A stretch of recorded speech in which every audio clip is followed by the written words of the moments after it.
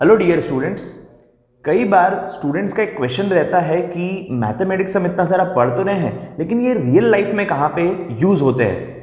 तो आज हम ऐसे ही एक चैप्टर के बारे में बात करने वाले हैं जो ऑलरेडी नेचर में भी पाया जाता है और हम भी डेली लाइफ में इसके बहुत सारे एग्जाम्पल्स देखते रहते हैं। तो सबसे पहले आज हम बात करते हैं नेचर में ये particular chapter that is arithmetic progression कहाँ पाया जाता है। अरिथमेटिक प्रोग्रेशन बेसिकली कुछ पैटर्न ऑफ नंबर्स पे बेस्ड है। अभी जो पैटर्न की मैं बात कर रहा हूं ये नेचर में ऑलरेडी प्रेजेंट है। यहाँ पे हम इस सनफ्लावर को देख रहे हैं, इसका जो बीच का शेल है इसकी ब्यूटीफुल पैटर्न को देखिए ज़रा, ये ध्यान से देखिए, कुछ ऐसे पैटर्न्स बना रहे हैं। ये इसका जो लार्ज इमेज है इसको देखो, यहाँ पे आपको क्लियरली दिखाई दे रहा होगा कि ये कितने अच्छे पैटर्न्स को फॉलो करता है। ऐसे करके ऐसे बहुत सारे लाइंस को ये फॉलो कर रहा है। तो ये हो गया हमारा सनफ्लावर का नेचुरल पैटर्न। उसके अलावा भी एक और एग्जांपल हम लेते हैं, तो just look at this beautiful picture of रोज। यहाँ पे ये कितने एस्थेटिक वे में ऐसे ऐसे फ्लावर को ऐसे रोल करते हुए बन रहा है। तो ऐसे बहुत सारी चीज़ें हमको देखने को मिलती है नेचुरल। ये वुडन ब्लॉक, अब इस ब्लॉक को भी नेचर ने ही बनाया है, तो ये देखिए कितने अच्छे पैटर्न्स को फॉलो कर रहा है। तो ये सारी चीज़ें हैं, जैसे ये लीफ हुआ, लीफ में भी कुछ पैटर्न्स हैं ऐसे ऐसे ऐसे से आप देख रहे होंगे। ये अलग अलग पैटर्न्स हैं जो रियल लाइफ में ऑलरेडी प्रेजेंट होते हैं, ठीक है। वैसे ही अगर मैं बात करता हूँ नंबर्स के पैटर्न की, तो नंबर का जो पैटर्न होता है वही हमें अलग अलग टाइप से देखने को मिलता है। जैसे ये पहला पैटर्न हम देखते हैं यहाँ पे 2, 4, 6, 8, 10 का। तो यहाँ पे आप देख रहे होंगे कि जो 2 है उसके अंदर 2 ऐड कर रहे तो अगला नंबर आ रहा है, फिर 2 ऐड करने पे अगला, फिर अगला, फिर अगला, ऐसे हम 2 को ऐड करते जा रहे हैं तो हमारे पास में नेक्स्ट नंबर्स आते जा रहे हैं। वैसे ही अगर मैं बात करूँ यहाँ पे हमारे अगले पैटर्न की, तो अगले पैटर्न में 3, 9, 27 एंड 81 है। यहाँ पे हम क्या कर रहे हैं, तो यहाँ पे हम मल्टीप्लाई करवाते जा रहे हैं 3 का अगले नंबर में, ताकि हमें नेक्स्ट नंबर मिलता जाए। सिमिलरली अगर मैं बात करूँ हमारे नेक्स्ट पैटर्न की, तो यहाँ पे देखिए, यहाँ पे हम क्या कर रहे हैं, तो 3 plus something is equals to 11, 11 plus something is equals to 19। तो हम इसमें 8 को ऐड करते जा रहे हैं जिससे हमें अगला नंबर मिलता जा रहा है। अब ये तो सिंपल पैटर्न्स थे। इसके अलावा भी एक पैटर्न है, यहाँ पे ये देखो, यहाँ पे हम अगर सिर्फ इस नंबर को देखें, यहाँ पे अभी फिलहाल नहीं देखें, तो हमें पता चलेगा कि 2, 5, 11 इतना इजी पैटर्न नहीं है प्रेडिक्ट करने के लिए। लेकिन अगर हम ध्यान से देखें तो हम प्रेडिक्ट कर सकते हैं कि हम हर एक नंबर को डबल करके उसमें 1 को ऐड करते जा रहे हैं। तो 2 + 2 कितना होता है, 4 + 1 होता है 5। सिमिलरली 5 अगर नेक्स्ट नंबर है हमारा, तो 5 को भी डबल करके उसमें 1 को ऐड कर देंगे, तो ये हो जाएगा 10 + 1 दैट इज 11। तो हमारे पास में नेक्स्ट नंबर आ जाएगा। तो सिमिलरली हमें नेक्स्ट नंबर मिलते जा रहे हैं, और ये जो नेक्स्ट नंबर मिल रहे हैं ये एक सभी सीक्वेंस मिलके क्या बनाती है, एक पैटर्न बनाती है, और इन्हीं पैटर्न से हमें मिलता है अरिथमेटिक प्रोग्रेशन। अब अरिथमेटिक प्रोग्रेशन जो है वो एक स्पेसिफिक टाइप का प्रोग्रेशन होता है जिसके अंदर कुछ स्पेसिफिक चीज़ों को ध्यान रखते हैं। जैसे अरिथमेटिक प्रोग्रेशन में जो सीक्वेंस होता है वो एक फिक्स्ड डिजिट को ऐड करने पर आगे बढ़ता है। तो चलो इसका कुछ एग्जांपल देखते हैं। लेट्स से मेरे पास में एक नंबर है 4, और मैं इस 4 के अंदर कुछ एक नंबर दैट इज 2 या लेट्स से 3 को ऐड करता हूं। तो 4 में अगर मैं 3 ऐड करता हूं तो अगला नंबर आएगा 7, 7 में मैं फिर से 3 ऐड करता हूं तो अगला नंबर आएगा 10, 10 में मैं 3 ऐड करता हूं तो अगला नंबर आएगा 13, और ये जो सीक्वेंस है ये आगे चलते जाएगा। अब जब हम यहाँ पे देख रहे हैं कि जो 2 नंबर्स हैं उनके बीच का डिफरेंस हमेशा सेम है और वो भी कितना है, 3, तो इसे हम बोलते हैं अरिथमेटिक प्रोग्रेशन। क्लियर हुआ? अब हम बात करते हैं कि अरिथमेटिक प्रोग्रेशन रियल लाइफ में कहाँ हमको देखने को मिलता है। अरिथमेटिक प्रोग्रेशन हमको रियल लाइफ में बहुत सारी जगह पे देखने को मिलता है। इसका सबसे बेस्ट एग्जांपल है बैंकिंग। अगर हमने हमारे बैंक अकाउंट में कुछ एक फिक्स्ड अमाउंट जमा किया हुआ है और हमें हर साल उसके ऊपर सपोज करो 10% का ब्याज मिलता है, 10% का सालाना ब्याज मिलता है। आपका जो सिंपल इंटरेस्ट की हम बात कर रहे हैं यहाँ पे बच्चों, ध्यान रखना कि सिंपल इंटरेस्ट जो है वो 10% है, और वो जो फिक्स्ड अमाउंट जो आपने पहले साल में जमा किया उसी के ऊपर मिलता है। तो अब आपको जो 10% है 100 रुपीज़ का, वो कितना होगा, 10% ऑफ 100 रुपीज़ कितना होगा, ये होगा 10 रुपीज, ठीक है। तो 10 रुपए आपको हर साल मिलते जाएगा। तो पहले साल तो अमाउंट 100 रुपीज ही है, लेकिन जब पहला साल खत्म होगा तो अगले साल में आपका अमाउंट हो जाएगा 110 रुपए, फिर उसके बाद में अमाउंट हो जाएगा 120 रुपए। मतलब ये 10 जो है वो हर साल ऐड होते जाएगा, और जो आपका प्रिंसिपल अमाउंट है वो 110, 120, 130 एंड सो ऑन बढ़ते जाएगा। सिमिलरली अगर हम कंपाउंड इंटरेस्ट की बात करते हैं तो कंपाउंड इंटरेस्ट ऐसे नहीं बढ़ता है। कंपाउंड इंटरेस्ट कैसे बढ़ेगा? तो अगर हम सेम ही चीज को अब कंपाउंड इंटरेस्ट के फॉर्म में चेक करें तो पहले साल तो आपका जो इंटरेस्ट रहेगा वो 10 रुपीज रहेगा, क्योंकि प्रिंसिपल अमाउंट आपका 100 रुपीज है। तो कंपाउंड इंटरेस्ट में आपको पहले साल 10 रुपए मिले तो आपको 110 रुपए हो गए, फर्स्ट ईयर के बाद में आपके 110 रुपए हो गए। अब जब आपको कंपाउंड इंटरेस्ट लगेगा 10% तो वो 110 रुपए 110 रुपीज पे लगेगा, और आपका वो 10% कितना हो जाएगा? 11 रुपीज हो जाएगा। तो इसमें जब हम ऐड करेंगे 11 को तो हो जाएगा 121, फिर हम 121 का 10% निकालेंगे तो वो हो जाएगा 12.1। तो जब अगला अमाउंट हम निकालेंगे तो 121 प्लस 12.1, तो अप्रॉक्सीमेट 12 को अगर इसमें हम ऐड कर दें तो ये कितना हो जाएगा? 133 रुपीज। तो ये भी एक पैटर्न है, ये भी एक पैटर्न है, और ये भी एक पैटर्न है। लेकिन इन दोनों पैटर्न्स में डिफरेंस क्या है? वो ये है कि यहाँ पे हर एक टर्म के बीच का जो डिफरेंस है वो सेम है। यहाँ पे दोनों के बीच का डिफरेंस 10 है, यहाँ पे 10 है, यहाँ पे 10 है, लेकिन इनके बीच का डिफरेंस जो है वो सेम नहीं है। क्यों? क्योंकि यहाँ पे जो डिफरेंस आ रहा है वो 10 रुपीज का आ रहा है, यहाँ पे जो डिफरेंस आ रहा है वो 11 रुपीज का आ रहा है, एंड यहाँ पे जो डिफरेंस आ रहा है वो 12 पॉइंट समथिंग का आ रहा है। और ये डिफरेंस हमेशा बढ़ते जाएगा और चेंज हो रहा है, बेसिकली चेंज हो रहा है। तो ये हमारे लिए अरिथमेटिक प्रोग्रेशन नहीं है, ये एक नॉर्मल सीक्वेंस है, और ये हमारे लिए अरिथमेटिक प्रोग्रेशन है। तो बच्चों जो चीज हमने पढ़ी इससे हमें क्या समझ में आता है कि अरिथमेटिक प्रोग्रेशन एक ऐसी सीक्वेंस ऑफ नंबर्स होता है जो एक फिक्स्ड नंबर को ऐड करने पर आगे बढ़ता है। क्लियर हुआ मेरे डियर स्टूडेंट्स कि अगर हम बात करें अरिथमेटिक प्रोग्रेशन की तो अरिथमेटिक प्रोग्रेशन एक ऐसा सीक्वेंस ऑफ नंबर होता है जो एक फिक्स्ड डिजिट को ऐड करने पर आगे बढ़ते जाता है। तो ये बेसिकली अरिथमेटिक प्रोग्रेशन के बारे में बेसिक्स हो गए जो हमको पढ़ना सबसे ज्यादा जरूरी है। अब हम बात करते हैं अरिथमेटिक प्रोग्रेशन में होता क्या है। तो यहां पे हमने एक सीक्वेंस लिया हुआ है। इस सीक्वेंस में ये जो सबसे पहला नंबर लिखा हुआ है ये है हमारे लिए फर्स्ट टर्म। क्या है ये? हमारे लिए फर्स्ट टर्म। और इस फर्स्ट टर्म को हम हमेशा डिनोट करते हैं स्मॉल a से। उसके बाद में दूसरी जो चीज आती है वो आता है d, और इस d को हम बोलते हैं कॉमन डिफरेंस। क्या होता है ये? Common difference. बच्चों ये चीज नोट करते जाना, ये चीजें इंपॉर्टेंट है आपको चैप्टर को समझने के लिए, ये बेसिक्स इंपॉर्टेंट है, तो इस चीज को नोट करते जाएंगे आप लोग, ठीक है। तो पहले हमने पढ़ा फर्स्ट टर्म, दैट इज जो पहली टर्म है वो फर्स्ट टर्म, जो कॉमन डिफरेंस। अब ये कॉमन डिफरेंस कैसे निकालते हैं हम? तो कॉमन डिफरेंस निकाला जाता है second term minus first term से। Second term minus first term, तो सेकेंड टर्म कितनी है हमारी? 7, फर्स्ट टर्म है 4, तो कॉमन डिफरेंस हमारा कितना आ गया है? 3। तो हम लिखेंगे d या common difference is equals to 3, first term is equals to 4। तो ये दो चीजें हमारे पास में आ गई है, एक कॉमन डिफरेंस d और फर्स्ट टर्म a। इन दोनों से स्टार्ट होता है हमारा अरिथमेटिक प्रोग्रेशन। अगर आपको फर्स्ट टर्म दिया हुआ है और कॉमन डिफरेंस बताया हुआ है तो आप डेफिनेटली सीरीज को आगे बढ़ा सकते, इस सीक्वेंस को आगे बढ़ा सकते हैं, ठीक है। और अगर आपको इन दोनों में से कोई भी एक चीज नहीं दी है तो आप इस सीरीज को आगे या सीक्वेंस को आगे नहीं बढ़ा पाएंगे। अब मैं बार बार सीरीज सीक्वेंस कर रहा हूं, आपको कंफ्यूजन हो रहा होगा कि सीरीज है कि सीक्वेंस है। बच्चों there is a very big difference between series and sequence. अगर ये ऐसे लिखा हुआ है कॉमा के फॉर्म में तो ये सीक्वेंस कहलाता है। मतलब अगर हमने पैटर्न ऑफ नंबर्स को एक कॉमा के फॉर्म में सेपरेट किया हुआ है तो वो सीक्वेंस है। मतलब ये जो हमने यहां पे लिखा हुआ है ये क्या है? सीक्वेंस। और अगर इन्हीं पैटर्न को मैं एडिशन के फॉर्म में लिख दूं तो ये हो जाएगी हमारी सीरीज। ये क्या हो जाएगी? सीरीज। तो हम बात कर रहे थे फर्स्ट टर्म और कॉमन डिफरेंस की। अब इसी के ऊपर बेस्ड मैं आपको कुछ इंपॉर्टेंट बातें लिखवाने वाला हूं, वो आपको ध्यान से नोट करनी है और आगे बढ़ना है। चलिए अब मैं आपको बताता हूं कि ये सीक्वेंस कैसे आगे बढ़ती है। a हमारा फर्स्ट टर्म है, d हमारा कॉमन डिफरेंस है, तो हम हर एक टर्म में d को ऐड करते जाते हैं। तो हमने a में d को ऐड किया तो a प्लस डी हो गया।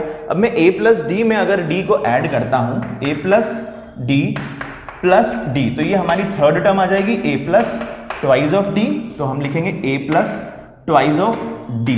सिमिलरली अगर इसमें मैं डी को ऐड करूंगा तो क्या आ जाएगा, ए प्लस थ्राइस ऑफ डी, तो ये हमारी नेक्स्ट टर्म आ गई है। फिर ए प्लस 4d, ये हमारी नेक्स्ट टर्म आ गई है, एंड सो ऑन, ये सीक्वेंस ऐसे ही आगे बढ़ते जाएगा।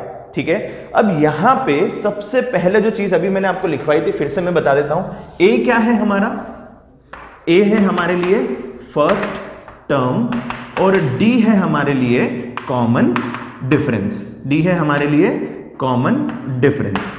ठीक है, अब आप इस पैटर्न को ऑब्जर्व करो, this is your first term, this is your second term, this is your third term और this is your fourth term and so on. इनको डिनोट करने का तरीका भी मैं बता देता हूं। कई बार आपको ये ए की बजाय A1, ये ऐसे A1 सबस्क्रिप्ट में लिखा हुआ ये 1, ठीक है, ये आपका लेटर है ए और इसके सबस्क्रिप्ट में लिखा हुआ है ये 1, तो आप इस चीज को नोट करेंगे। A1, ये है A2, ये है A3, ये है A4, तो ऐसे डिफरेंट टर्म्स को अगर हमें डिनोट करना है या इसका नोटेशन देना है तो इसका नोटेशन होता है A1 फर्स्ट टर्म के लिए, सेकंड टर्म के लिए A2, थर्ड टर्म के लिए A3, फोर्थ टर्म के लिए A4 एंड सो ऑन, ये इसके नोटेशंस होते हैं। अब अगर मैं बात करूं इसी तरह से अगर मैं कंटिन्यू करते जाता हूं और मैं बोलता हूं let's find the 10th term, तो आप मुझे बता सकते हैं इसकी 10th टर्म क्या होगी? यस और नो प्लीज कमेंट करके बताएं कि क्या आप इस पैटर्न को देखकर फॉलो बता सकते हैं कि आपकी 10th टर्म क्या होगी। अब मैं आपको बताता हूं, फर्स्ट टर्म में यहां पे आपको d का कोफिशिएंट क्या दिखाई दे रहा है? एक्चुअली d नहीं है, इसका मतलब उसका कोफिशिएंट 0 होगा, तभी a प्लस 0d ये इसका कोफिशिएंट है, इसी कारण से ये d हट गया और हमारे पास में बचा a। फर्स्ट टर्म में d का कोफिशिएंट है 0, सेकेंड टर्म में d का कोफिशिएंट है 1, थर्ड टर्म में d का कोफिशिएंट है 2, फोर्थ टर्म में d का कोफिशिएंट है 3, फिफ्थ टर्म में d का कोफिशिएंट है बच्चों 4। दिखाई दे रहा है आपको? तो सिमिलरली यहां पे हमको देखने पे पता चल रहा है कि जो d का कोफिशिएंट है वो नंबर ऑफ टर्म से एक कम है। जो भी टर्म की मैं बात कर रहा हूं, थर्ड टर्म की बात कर रहा हूं तो उसके अंदर d का कोफिशिएंट 2 है। फिफ्थ टर्म की अगर मैं बात कर रहा हूं तो d का कोफिशिएंट यहां पे 4 है, सेकेंड टर्म में d का कोफिशिएंट 1 है। इसी प्रकार से अगर मैं आपको बोलता हूं let's find out the 10th term, A10 हमारी 10th टर्म होगी, तो 10th टर्म में d का कोफिशिएंट क्या होगा बच्चों? 9। ठीक है, मैंने आपको बोला 100th टर्म निकालो या 99th टर्म निकालो, तो 99th टर्म के लिए d का कोफिशिएंट होगा 98। ठीक है, तो ये आपका आ गया है 10th टर्म, 99th टर्म, तो ये एक पैटर्न बन रहा है और इस पैटर्न के अकॉर्डिंग आप एक जनरल टर्म प्रोवाइड कर सकते हैं। मतलब अगर मैं आपको एक जनरल टर्म निकालने का बोलूं इस पैटर्न को फॉलो करने के लिए, तो वो जनरल टर्म क्या होगी आपकी? वो जनरल टर्म होगी an। उस जनरल टर्म को हम क्या बोलेंगे? इसको हम बोलेंगे जनरल टर्म, और इस जनरल टर्म को हम क्या बोलेंगे? an, where n is a natural number जिसके अंदर हम अलग अलग वैल्यू 1 2 3 4 पुट करके किसी भी नंबर की टर्म को फाइंड कर सकते हैं। तो an की वैल्यू क्या होगी? a plus n minus 1 into D क्या होगी? a plus n minus 1 into D. अब यहां पे ये n माइनस 1 क्यों लिखा है मैंने? ये n माइनस 1 क्यों लिखा है? क्योंकि अभी आपने देखा कि जितने भी टर्म्स की हमने बात की है वहां पे जो d का कोफिशिएंट था वो एक कम था, जो d का कोफिशिएंट था वो एक कम था हमारे नंबर ऑफ टर्म से। तो यहां पे नंबर ऑफ टर्म अगर n है तो हमारा जो d का कोफिशिएंट है वो डेफिनेटली एक कम होगा, दैट इज n माइनस 1। तो यहां से हमारे लिए एक बहुत ही इंपॉर्टेंट फॉर्मूला निकल के आता है, वो है an is equals to a plus n minus 1 into d. तो अब ये हमारी जो सीक्वेंस है ये कंप्लीट होती है। और अगर मैं आपसे बोलूं कि what is the value of nth term, what is the value of nth term, तो आप इसको लिखेंगे an और आप यहां पे लिखेंगे a plus n minus 1 into D. क्या लिखेंगे? a plus n minus 1 into D. अब यहां पे हमारे पास में दो और इंपॉर्टेंट चीज आई है जिसे हम समझ लेते हैं। एक है n। Now what do you understand by n? तो n है हमारा नंबर ऑफ टर्म, कोई भी टर्म जिसकी हम बात कर रहे हैं उसका नंबर, जैसे अगर मैं बोल रहा हूं फिफ्थ टर्म, तो ये जो फिफ्थ लिखा है मैंने ये हमारा n है। अगर मैं बात कर रहा हूं थर्ड टर्म की, जो 3 लिखा है ये हमारा n है, तो ये हमारे लिए n हो जाता है। Fifth term, fourth term, fifth 98th term, 99th term, ये n हो जाता है। अब ये जो आपने वैल्यू लिखी है ना A99, मतलब 99th टर्म की वैल्यू आपने ये लिखी है, तो ये क्या चीज है, तो ये होती है an की वैल्यू। मतलब जो भी नंबर ऑफ टर्म की हम बात कर रहे हैं उसकी वैल्यू होती है ये वाली चीज, तो इसको हम क्या लिखते हैं, वैल्यू ऑफ nth टर्म, इसको हम क्या लिखते हैं, वैल्यू ऑफ nth टर्म। अब ये जो चीजें आपको मैंने यहां पे बताई है इसे नोट कर लीजिए जल्दी से। अब अगर आपने ये चीजें नोट कर ली तो मैं एक इंपॉर्टेंट चीज आपको बता देता हूं कि यहां पे ये जो फॉर्मूला है ये बहुत इंपॉर्टेंट फॉर्मूला है, an is equals to a plus n minus 1 into d. इसके थ्रू हम समझते हैं कि कैसे हम a अगर हमको गिवन है, n हमको गिवन है, d हमको गिवन है, तो हम इस an की वैल्यू को फाइंड आउट कर सकते हैं। अभी हमने एक सीरीज लिखी थी, अभी हमने एक सीक्वेंस लिखी थी 4, 7, 10, 13, एंड सो ऑन। यहां पे फर्स्ट टर्म था हमारा 4, सेकेंड टर्म था 7, थर्ड टर्म था 10 एंड सो ऑन। तो यहां पे अगर मैं आपसे पूछूं कि what is the value of a, तो आप मुझे बता पाएंगे what is the value of a? Yes, this is 4। a की वैल्यू क्या है, 4। सेकेंड टर्म हमारा 7 है, तो d हमने निकाला था यहां पे 7 माइनस 4 करके हमने d की वैल्यू फाइंड की थी 3। और अगर मैंने आपको बोला है find out the value of 10th term, find out the value of 10th term, चलो एक काम करते हैं 10 को नहीं लिखते हैं, थोड़ा सा छोटा करते हैं। nth टर्म हम ले लेते हैं 7th टर्म, हमको निकालनी है 7th टर्म की वैल्यू, तो n की वैल्यू 7 आ गई है हमारे पास में, और वैल्यू ऑफ nth टर्म मतलब वैल्यू ऑफ 7th टर्म हमको निकालनी है, तो हम an को a7 लिख सकते हैं। तो हमारा फॉर्मूला क्या बनेगा बच्चों, a7 का फॉर्मूला बनेगा a प्लस 6d, n-1 मतलब 7 माइनस 1, n-1 में 7 पुट करेंगे तो 7 माइनस 1 क्या हो जाएगा, 6। तो हम डायरेक्टली लिख सकते हैं a plus 6d, 7th term को हम डायरेक्टली a प्लस 6d लिख सकते हैं। अब 7th टर्म की वैल्यू फाइंड कर लेते हैं हम, तो यहाँ पे a की वैल्यू हो गई है 4 प्लस 6 इंटू डी की वैल्यू हमारे पास में है 3, तो 6 इंटू 3। इसे सॉल्व करते हैं, a7 is equals to 4 plus ये कितना हो गया, 6 3 जा 18 प्लस 4 इज 22, तो यहाँ पे a7 की वैल्यू आ रही है 22। अब हम इसे चेक करते हैं कि क्या सच में 7th टर्म 22 ही होगी इस सीरीज, इस सीक्वेंस की। तो चलो देखते हैं, ये हमारा first, second, third, fourth term आ गया है, इसमें फिर से 3 ऐड करेंगे बच्चों, आपको पता ही है 3 ऐड करके हम इस सीरीज इस सीक्वेंस को आगे बढ़ा रहे हैं। मुझे भी कई बार सीरीज और सीक्वेंस में कंफ्यूजन हो जाता है, तो प्लीज आप इसका ध्यान रखिए कि सीक्वेंस और सीरीज में क्या डिफरेंस होता है। 13 के बाद में अगला नंबर जब हम इसमें 3 ऐड करेंगे तो 16 हो जाएगा, 16 में ऐड करेंगे तो 19 हो जाएगा, 19 में जब हम 3 ऐड करेंगे तो अगला नंबर आएगा 22, जो कि हमारे यहाँ पे मिल रहा है हमें। अब हम काउंट करते हैं कि कौन से नंबर की टर्म है ये है first term, second term, third term, fourth term, fifth term, sixth term, and this is your 7th term. तो यहाँ पे हम ऐसे तो 7th टर्म फाइंड आउट कर सकते थे इस सीरीज की हेल्प से, लेकिन अगर मैंने आपको 100th टर्म निकालने का बोला होता तो क्या आप इसकी 100th टर्म लिखते? नहीं। तो इसीलिए जो सीक्वेंस हमने यहाँ पे बनाई है उसके लिए ये वाला जो फॉर्मूला है ये बहुत ही इंपॉर्टेंट फॉर्मूला होता है। तो यहाँ पे आप इस फॉर्मूले को नोट डाउन करेंगे, इस पूरे जो चीजें मैंने यहाँ पे ऊपर लिखी है उसे नोट डाउन करेंगे, सारे उसके नोटेशंस की, इस फॉर्मूले में क्या क्या चीजें उसको नोट डाउन करेंगे, और इस एग्जाम्पल को भी नोट डाउन करेंगे। तो जैसे ही आपका नोट डाउन हो जाता है हम आगे बढ़ते हैं एक्सरसाइज 5.1 की तरफ।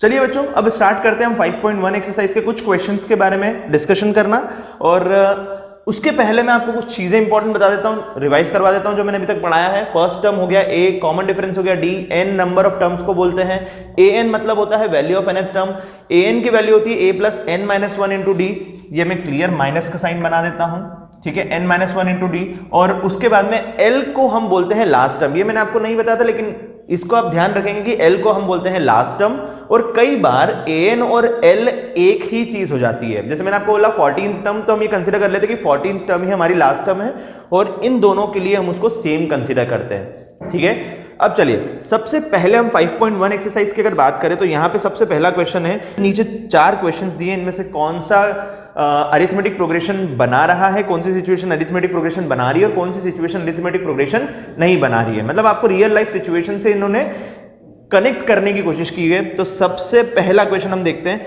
The taxi fare after each kilometre when the fair is 15 rupees for the first kilometre. अब यहाँ पे क्या हो रहा है कि आपको फर्स्ट किलोमीटर के लिए 15 रुपीज देना पड़ रहा है, चार्ज करना पड़ रहा है, चार्ज किया जा रहा है। तो 15 रुपीज आपका फर्स्ट टर्म हो गया। उसके बाद में उसने बोला है कि and 8 rupees for each additional kilometre. अब आप जितना ज्यादा आगे तक चलोगे तो आपको 8 रुपए चार्ज किया जाएगा। तो यहाँ पे देखो 15 हो गया, उसके बाद में 15 प्लस 8 करेंगे हम, क्या करेंगे 15 प्लस 8।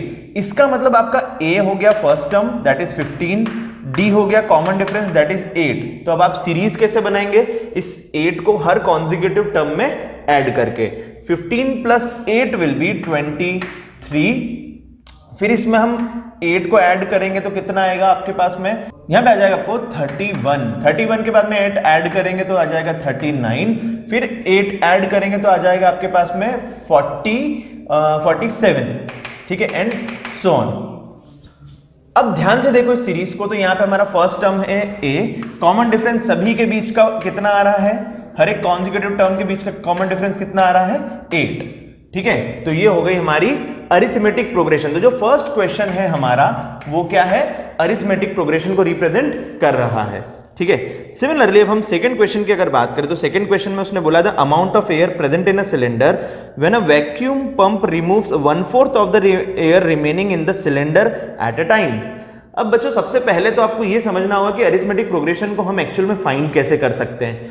अगर हम कॉमन डिफरेंस निकालें हर कॉन्जिक्यूटिव टर्म के बीच का, और D की वैल्यू हम कैसे फाइंड कर सकते हैं, second term minus first term. Second term minus first term अगर हम करेंगे तो हमको क्या मिल जाएगा, कॉमन डिफरेंस मिल जाएगा। लेकिन ये अगर हम पैटर्न आगे तक फॉलो करें कि सेकंड में से फर्स्ट को माइनस करें, थर्ड में से सेकंड को माइनस करें, फोर्थ में से थर्ड को माइनस करें, तो ये सभी के बीच में डिफरेंस सेम आना चाहिए। और अगर ये डिफरेंस सेम आता है तो हम बोल सकते हैं कि जो ये प्रोग्रेशन है वो अरिथमेटिक प्रोग्रेशन रिप्रेजेंट कर रहा है। तो यहां पे 23 माइनस 15 8 आ रहा था, 31 माइनस 23 अगेन 8 आ रहा था, मतलब सभी के बीच में डिफरेंस जो है वो 8 ही आ रहा है। इसलिए हम क्या बोल रहे हैं कि ये एक अरिथमेटिक प्रोग्रेशन को रिप्रेजेंट कर रहा है। लेकिन जब हम बात कर रहे हैं सेकंड क्वेश्चन की, तो सेकंड क्वेश्चन में उसने बोला है कि एक वैक्यूम पंप लिया है हमने, और वो एक सिलेंडर में से पंप जो एयर है उसको सक आउट कर रहा है, और कितनी एक बार में कितनी कर रहा है वो 1/4, जो भी सिलेंडर में एयर प्रेजेंट है उसकी 1/4 को हम यहां पे कंसिडर करते हैं X, जो टोटल एयर प्रेजेंट है हमारे सिलेंडर में वो X है। अब अगर वो 1/4 को बाहर निकाल देता है तो हमारे पास में कितनी वैल्यू बचेगी, तो X का 1/4 कितना होता है बच्चों, X का 1/4 कितना होता है 1/4 X होता है, और X एयर प्रेजेंट है उसमें से उसने 1/4 X को बाहर निकाल दिया है। तो अब आपके पास में कितनी वैल्यू बचेगी, 3/4 X एयर इसके अंदर बचेगी, 3/4 X इसके अंदर बचेगी। ठीक है, अगर फिर से आप 3/4 X एयर में से 1/4 को बाहर निकाल देते हो, देखो 3/4 X में से आपने 1/4, इसका 1/4 कितना हो जाएगा, 1/4 का मल्टीप्लाई करवाएंगे तो 3/16x हो जाएगा। तो ये 3/16x एयर आपने इसमें से फिर से बाहर निकाल दी है, तो अमाउंट ऑफ एयर प्रेजेंट जो है इसके अंदर वो कितनी होगी, तो हम इसे कैसे फाइंड करेंगे, 3/4x minus 3/16x। Present air present कितनी है अभी उसके अंदर, तो टोटल एयर में से जो बाहर निकली है उसे सब्ट्रैक्ट कर देंगे तो कितनी वैल्यू बचेगी हमारे पास में यहाँ पे, तो इसका एलसीएम लेंगे तो यहाँ पे आ जाएगा 4 3 12 और 4 4 16, तो 12/16 आ जाएगा। 12 में से 3 को सब्ट्रैक्ट करेंगे तो 9x/16 वैल्यू आ रही है। तो आपका अगला टर्म आ जाएगा 9x/16 एंड सो ऑन। इससे आगे जाने की जरूरत भी नहीं पड़ेगी आपको, आप और फाइंड आउट कर सकते हैं, लेकिन इससे आगे जाने की जरूरत नहीं पड़ेगी। यहीं पे हमको क्लियरली दिख रहा है कि इन दोनों के बीच का डिफरेंस था 1/4x, इन दोनों के बीच का डिफरेंस था 1/4x और इन दोनों के बीच का डिफरेंस क्या है, तो इनके दोनों के बीच का डिफरेंस है 3/16x। 3/16x इन दोनों के बीच का डिफरेंस हमें दिखाई दे रहा है। ठीक है, 3/16 है ना, हम चेक कर लेते हैं। 9x/16 माइनस 3x/4, अब इसमें फिर मल्टीप्लाई करेंगे हम 4 का, तो ये कितना हो जाएगा 12/16। तो ये सब्ट्रैक्ट करेंगे तो अल्टीमेटली हमारे पास में 3/16x आएगा। अब ये जो दोनों डिफरेंसेस है ये सेम होना चाहिए थे, लेकिन नहीं है। इसका मतलब this is not N arithmetic progression. तो जो क्वेश्चन नंबर 2 है वो अरिथमेटिक प्रोग्रेशन को रिप्रेजेंट नहीं कर रहा है। Similarly the cost of digging a well, अब इस क्वेश्चन में आप देखेंगे तो cost of digging a well after every metre of digging when it cost 150 for the first metre and rises 50 rupees each for subsequent metre. यहां पे बच्चों ये देखो ध्यान से कि इस क्वेश्चन में उसने क्लियरली मेंशन किया कि फर्स्ट जो मीटर वो डिग कर रहे हैं उसमें कितनी वैल्यू बच रही है आपके पास में, उसकी कॉस्ट कितनी आ रही है फर्स्ट मीटर की, वो आ रही है 150 रुपीज।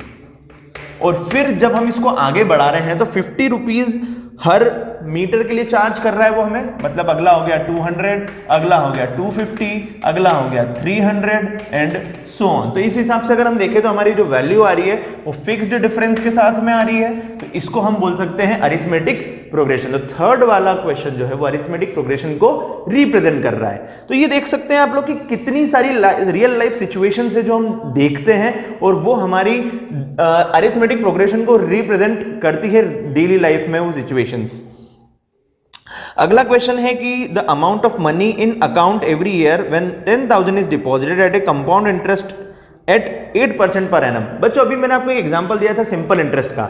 जो सिंपल इंटरेस्ट वाले क्वेश्चंस होते हैं या सिंपल इंटरेस्ट होता है वो एक फिक्स्ड अमाउंट से आगे बढ़ता है, लेकिन कंपाउंड इंटरेस्ट में ऐसा नहीं होता है। कंपाउंड इंटरेस्ट में क्या होता है कि जो भी वैल्यू आपको दी हुई है, यहाँ पे आपको एक वैल्यू दी हुई है 10,000 और 10,000 पे आपको 8% पर एनम का आपको क्या मिल रहा है, इंटरेस्ट मिल रहा है। लेकिन ये इंटरेस्ट सिर्फ 8% फिक्स्ड नहीं है।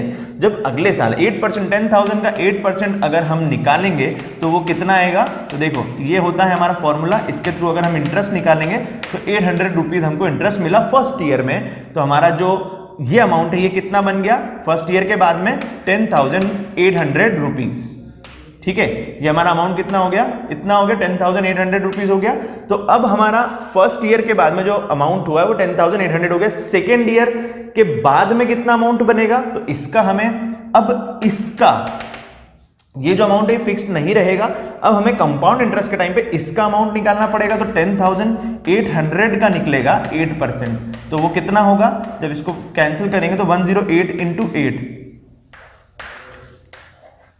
864 रुपीज। जब हम इसमें 864 को ऐड करेंगे तो कितनी वैल्यू आएगी हमारे पास में, तो वो आ जाएगी 46161। तो ये हो जाएगा 11664। तो समझ लो बच्चों कि ये जो कंपाउंड इंटरेस्ट होता है ये कभी भी एपी को रिप्रेजेंट नहीं कर सकता है, क्योंकि ये एक फिक्स्ड अमाउंट से आगे नहीं बढ़ता है। हर साल अमाउंट जो है वो चेंज होते जाता है और जो प्रिंसिपल वैल्यू है वो भी आपकी चेंज होती जा रही है। यहाँ पे इसको प्रिंसिपल वैल्यू लेके अमाउंट नहीं कैलकुलेट या इंटरेस्ट नहीं कैलकुलेट किया जा रहा है। हर साल जो अमाउंट है वो आपका जो प्रिंसिपल वैल्यू है वो चेंज होती जा रही है, इसलिए ये आपके लिए अब कभी भी अरिथमेटिक प्रोग्रेशन को रिप्रेजेंट नहीं करेगा। अब हम बात करते हैं क्वेश्चन नंबर 2 की, और क्वेश्चन नंबर 2 में उसने बोला है write the first 4 terms of AP when the first term a and the common difference d are given as follows. First question आपको दे रखा है ए 10 और डी आपको दे रखा है बच्चों 10। ए भी 10 दे रखा है, डी भी 10 दे रखा है। ये हम कर रहे हैं क्वेश्चन नंबर 2 का फर्स्ट वाला। तो आपको 4 टर्म्स लिखनी है आगे की, फर्स्ट 4 टर्म्स लिखनी है। तो पहली टर्म तो डी हो, पहली टर्म तो 10 हो गई। दूसरी टर्म कैसे निकालेंगे, इस 10 को इसमें ऐड करके, तो वो हो जाएगी 20। फिर इस 10 को इसमें ऐड कर देंगे तो 30, और फिर इस 10 को इस थर्ड टर्म में ऐड करेंगे तो 40। तो ये फर्स्ट 4 टर्म्स निकल गई। तो इस तरह से आपको हर एक टर्म में ऐड करते जाना है जो डी है उसको, और अगली टर्म निकालते जाना है। इसके अंदर क्वेश्चन नंबर 2 बड़ा इंटरेस्टिंग है। हालांकि इसके सारे ही क्वेश्चंस काफी इंटरेस्टिंग है, क्योंकि अगर आप इन सभी क्वेश्चंस को करेंगे तो काफी सारे फंडे आपके क्लियर हो जाएंगे। a की वैल्यू दे रखी है -2 और इसके अंदर हमको d को ऐड करने के लिए बोला और d की वैल्यू 0 है, तो आपका जो अगला टर्म आएगा वो भी -2 आएगा, -2 आएगा, -2 आएगा, जितने भी आगे के टर्म्स आएंगे वो सेम ही आएंगे क्योंकि आपका कॉमन डिफरेंस सभी के बीच का क्या है, 0 है। ठीक है, अब हम एक और क्वेश्चन लेते हैं, थर्ड वाला। थर्ड वाले क्वेश्चन में उसने बोला है कि a तो 4 है लेकिन d आपका -3 है। अब ये पहला क्वेश्चन हम ले रहे हैं जिसके अंदर नेगेटिव कॉमन डिफरेंस है, तो नेगेटिव कॉमन डिफरेंस कोई बहुत बड़ा इशू नहीं है, एक छोटी सी बात है, वो ये है कि हमको अब ऐड करने के बजाय सब्ट्रैक्ट करना पड़ेगा वैल्यूज को। जैसे 4 है, अब अगर मैं इसमें -3 को ऐड करना चाहता हूं, 4 में -3 को ऐड करना चाहता हूं तो क्या होगा, 4 प्लस -3, तो 4 - 3 दैट इज 1 हो जाएगा, तो ये अगला टर्म आपका आएगा 1। ठीक है, 1 में फिर हम -3 करेंगे तो कितना आएगी वैल्यू, तो 1 प्लस ऑफ -3, तो 1 - 3 दैट इज -2। अगला टर्म आ जाएगा आपका 5, ये 4 टर्म आ गई।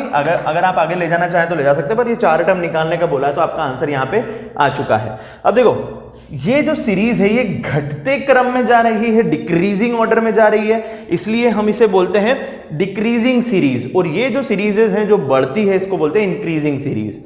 ठीक है, कई बार क्वेश्चंस बनते हैं इस बात पे भी, तो आपको ध्यान रखना है कि ये हमारी डिक्रीजिंग सीरीज है, रिड्यूस हो रही है इसमें वैल्यू, ये इंक्रीजिंग सीरीज है इसमें बढ़ रही है वैल्यू, और ये कांस्टेंट सीरीज है, फिक्स्ड वैल्यू है जिसके अंदर कोई भी चेंजेस नहीं हो रहे हैं। ठीक है, तो इसी हिसाब से आप इन आगे के भी क्वेश्चंस को सॉल्व कर सकते हैं और इसके आंसर्स निकाल सकते हैं। सेकेंड क्वेश्चन को हम यहीं पे खत्म करते हैं, थर्ड क्वेश्चन के ऊपर आते हैं। थर्ड क्वेश्चन में आपको बोला है for the following APs right the first term and the common difference. अब बच्चों देखो, पहला क्वेश्चन था आपका कि आपको फर्स्ट टर्म और कॉमन डिफरेंस दे रखा है और आपको सीरीज निकालनी है। तो अब मैं आपको एक राज की बात बताता हूं, जो बट ऑब्वियस सी बात है, लेकिन ये राज की बात है, कई बार बच्चे इस चीज के ऊपर ध्यान नहीं देते हैं। अगर हमको फर्स्ट टर्म दे रखी है और कॉमन डिफरेंस दे रखा है तो आप इससे कोई भी सीरीज आसानी से फाइंड कर सकते हैं। इसका उल्टा, अगर आपको सीरीज दे रखी है तो उससे आप first term and common difference आसानी से फाइंड आउट कर सकते हैं। तो अब हम सीरीज देख लेते हैं। ये है हमारा क्वेश्चन नंबर 3 और इसके अंदर हमको पहली सीरीज दी है 3, 1, -1, -3 एंड सो ऑन। ये हमको पहली सीरीज दी हुई है। अब इस पहली सीरीज की अगर हम बात करें तो इसमें आपको जो भी सीक्वेंस दे रखी है सबसे पहले आपको इसमें फाइंड करना होता है कॉमन डिफरेंस एंड ए। तो ए क्या हो गया आपका फर्स्ट टर्म 3, हमेशा फर्स्ट टर्म फाइंड करना, अगर सीरीज गिवन है फर्स्ट टाइम फाइंड करना तो बहुत बड़ी बात नहीं है। तो हम फर्स्ट टर्म हमने 3 फाइंड कर लिया है। अब बात करते हैं कॉमन डिफरेंस की। तो कॉमन डिफरेंस अभी मैंने आपको बताया था कैसे निकालते हैं, second term minus first term. तो सेकेंड टर्म है हमारी 1, फर्स्ट टर्म है 3, इन दोनों को अगर हम सब्ट्रैक्ट करेंगे तो -2 हमारी वैल्यू आ रही है, -2 वैल्यू आ रही है। अगर हमें कंफर्म करना है कि हम सही कर रहे हैं या नहीं तो आप रफ में या अलग से इन दोनों को भी सब्ट्रैक्ट करके देख लो, -1 एंड -1, ये कितना आ रहा है -2। इन दोनों को भी सब्ट्रैक्ट करके देखते हैं, -3 माइनस ऑफ -1, तो -3 + 1 दैट इज अगेन -2। देखो सभी में वैल्यू सेम आ रही है, इसका मतलब कॉमन डिफरेंस आपका -2 है and this is the correct answer. तो ये आपका फर्स्ट टर्म निकल गया, ये कॉमन डिफरेंस निकल गया। अगले क्वेश्चन के अंदर देखते हैं कि कोई स्पेशल क्वेश्चन है तो वो मैं आपको करके बता देता हूं। यस, मैं आपको करके बताता हूं इसका फोर्थ वाला क्वेश्चन। थर्ड का ये फर्स्ट किया था हमने, अब इसका फोर्थ वाला क्वेश्चन मैं आपको करके बताता हूं। तो इसमें बोला हुआ उसने कि 0.6 फिर 1.7 2.8 एंड सो ऑन। अब ये पॉइंट्स में है, तो पॉइंट्स में अगर कोई क्वेश्चन है तो उसमें बिल्कुल डरने की जरूरत नहीं है, सिर्फ आपको सब्ट्रैक्शन आना चाहिए सब पॉइंट्स का। तो अब देखो ए तो आपको मिल गया 0.6, डी आपको मिल जाएगा 1.7 - 0.6। अगर आपको नहीं आता है तो मैं आपको सिखा देता हूं, कोई दिक्कत नहीं है। आपको सिर्फ ये करना है कि पॉइंट के नीचे पॉइंट की वैल्यूज को लिखना है, पॉइंट के नीचे आपको पॉइंट की वैल्यूज को लिखना है। तो 1.7 अगर आपने लिखा है तो 0 और ये पॉइंट और ये 6 ऐसे लिखेंगे और सब्ट्रैक्शन कर देंगे। तो सिंपल सब्ट्रैक्शन, 7 में से 6 गए 1 बचा और 1 में से 0 तो 1 बचा। तो कितना डिफरेंस आ रहा है इन दोनों के बीच का 1.1। तो हमारा डी आ गया है, कॉमन डिफरेंस डी आ गया है 1.1। फिर भी चेक करने के लिए हम अगली टर्म्स को भी सब्ट्रैक्ट करके देख लेते हैं। 2.8 - 1.7 8 में से 7 गई, 1 पॉइंट का पॉइंट एज इट इज रहेगा, 2 में से 1 सब्ट्रैक्ट करेंगे तो 1 बचेगा। अगेन यहाँ पे भी 1.1 बच रहा है, मतलब हमारा आंसर बिल्कुल करेक्ट है। ठीक है, अब देखो क्वेश्चन नंबर 3 के भी 2 क्वेश्चन हमने अटेम्प्ट कर लिए, जिसके अंदर हमको first term and common difference find out करना था। अब जो क्वेश्चन आ रहा है क्वेश्चन नंबर 4, उसमें उसने पूछा है कि नीचे दी हुई जितने भी क्वेश्चन है उसमें से कौन कौन सी एपी है, which of the following are APs, if they are AP then find the common difference and write 3 more terms. इसमें 3 अलग अलग टाइप के क्वेश्चंस को उसने इंक्लूड किया हुआ है। सबसे पहले तो आपको फाइंड करना है कि क्या ये जो नीचे दिए हुए सीक्वेंसेस हैं ये एपी है या नहीं, और अगर ये एपी है तो आपको कॉमन डिफरेंस निकालना है और आगे की 3 और टर्म्स को आपको फाइंड आउट करना है। तो चलिए इस क्वेश्चन को अटेम्प्ट करते हैं। अब क्वेश्चन नंबर 4 के मैंने 2 क्वेश्चंस लिए हैं, तो सबसे पहला क्वेश्चन हम ये है, इसे सॉल्व करते हैं। हमें क्या फाइंड आउट करना है कि क्या ये सीरीज एपी है या नहीं। तो देखो अगर ये एपी है तो इन सभी टर्म्स के बीच का जो डिफरेंस है वो सेम आना चाहिए। तो 4 - 2 करो, कितना आ रहा है, 4 - 2 इज 2। ठीक है, 8 - 4 करो, 8 - 4 करने पे कितना आ रहा है, 4। अब जब इन दोनों ही टर्म्स के बीच का कॉमन डिफरेंस सेम नहीं आ रहा है तो आपको आगे जाने की जरूरत नहीं है। आप सिंपली क्या लिखेंगे, no this is not an AP, this is not an AP, ये एपी नहीं है। तो ये आपका पहला क्वेश्चन कंप्लीट हो गया है। अब हम आते हैं दूसरे क्वेश्चन पे। सेकंड वाले क्वेश्चन में भी हमको यही करना है, लेकिन आप इसको एक सिंपलेस्ट वे में कर सकते हो। क्या करना है बच्चों कि इसके अंदर आप 2 से डिवाइड कर दो, 2 से मल्टीप्लाई कर दो, मतलब इस सीरीज को एक प्रॉपर फॉर्मेट में जमा लो। जैसे यहां पे डिनोमिनेटर में 2 है, तो अगर 2 के डिनोमिनेटर पे भी 2 लाना है तो आपको 2 से मल्टीप्लाई डिवाइड करना पड़ेगा। तो ये सीरीज एक सिंपलेस्ट फॉर्म में आ जाएगी। कैसे आ जाएगी, 4/2, 2 से मल्टीप्लाई 2 से डिवाइड, 5/2 को एज इट इज रखा, फिर 3/2 में भी 2 से मल्टीप्लाई 2 से डिवाइड किया। तो अब आपको देखने में ही समझ में आ रहा होगा कि ये एपी बन चुकी है। फिर भी हम इसको सॉल्व करके देखते हैं। 5/2 - 4/2, तो ये कितना हो गया, 1/2। सिमिलरली अब इन दोनों टर्म्स को सॉल्व करके देखते हैं। 6/2 - 5/2, तो ये कितना हो गया हमारा, अगेन 1/2। तो देखो दोनों ही केसेस में जो कॉमन डिफरेंस है, कॉमन डिफरेंस जो दोनों ही केसेस में है वो सेम है। ये कॉमन डिफरेंस दोनों ही केसेस में सेम है, मतलब ये जो सीरीज हमको दे रखी है यहाँ पे, ये जो सीक्वेंस दे रखा है, प्रोग्रेशन दे रखा है, ये अरिथमेटिक प्रोग्रेशन को रिप्रेजेंट कर रहा है। अब हम आगे बढ़ते हैं। हमारा एपी तो प्रूफ हो गया, ये यस दिस इज एपी, ये एपी है। आगे उसने बोला था कि find out the common difference, इन दोनों के बीच का कॉमन डिफरेंस हमको निकालना है। तो देखो बच्चों यहाँ पे कॉमन डिफरेंस 1/2 अपने आप आ चुका है। उसके बाद में जो आगे चीज बोली थी, उसने बोली थी कि 3 और टर्म निकालो। तो 3 और टर्म निकालने के लिए हमको इसके अंदर 1/2 को प्लस करना पड़ेगा। 7/2 + 1/2 कितना हो गया, 8/2। 8/2 में फिर +1 कर देंगे तो कितना हो जाएगा, 8/2 + 1/2। अब ये तो सिंपली आप फाइंड आउट कर सकते हो ओरली, 9/2। और 9/2 में भी अगर हम 1/2 को प्लस करते तो ये हो जाएगा 10/2। तो आपकी जो आगे की 3 टर्म्स आ गई है वो क्या आ गई है, 8/2, 9/2, 10/2। और अगर आप चाहो इसको इसी फॉर्मेट में जमाना तो ये आप कैसे जमा सकते हो, तो ये आपकी सीरीज कैसे लिख सकते हो आप, 2, 5/2, 3, 7/2, इन दोनों को कैंसिल करोगे तो ये आ जाएगा 4, 9/2 एज इट इज, और फिर 10/2 को भी आप कैंसिल करोगे तो ये आ जाएगा 5। तो ये आपकी आगे की 3 टर्म्स आपने फाइंड आउट कर ली है और इसको इसी फॉर्म के पैटर्न में आपने जमा दिया। आप ऐसे लिख के आओ या ऐसे लिख के आओ, आपके नंबर नहीं कटेंगे। Your final answer will be this is only. ठीक है, अब फाइनली हमने 4th क्वेश्चन को भी कंप्लीट कर लिया है। अगर आप इसके कोई पर्टिकुलर क्वेश्चन को चाहते हो सॉल्व करके दिखाएं हम, तो आप कमेंट में कमेंट करके बता सकते हैं, और इसके ऊपर और भी डिस्कशन हम करेंगे। एक वीडियो बनाने की कोशिश करेंगे जिसके अंदर सारे क्वेश्चन हम कवर करेंगे इस चैप्टर के। ठीक है, एक वर्कशीट, जैसा कि मैं आपको पहले बता चुका हूं, एक वर्कशीट हमने ऑलरेडी इसके साथ में अटैच की हुई है। उस वर्कशीट को सॉल्व करके आप सारे टाइप के क्वेश्चन इसके अंदर कवर कर सकते हैं। सभी टाइप के क्वेश्चन हमने उसके अंदर डाले हुए हैं। अब हम आ जाते हैं स्पेसिफिकली nth टर्म वाले क्वेश्चंस पे कि nth टर्म में आपको क्या फाइंड करना होता है और किस टाइप के क्वेश्चंस nth टर्म के ऊपर बनते हैं।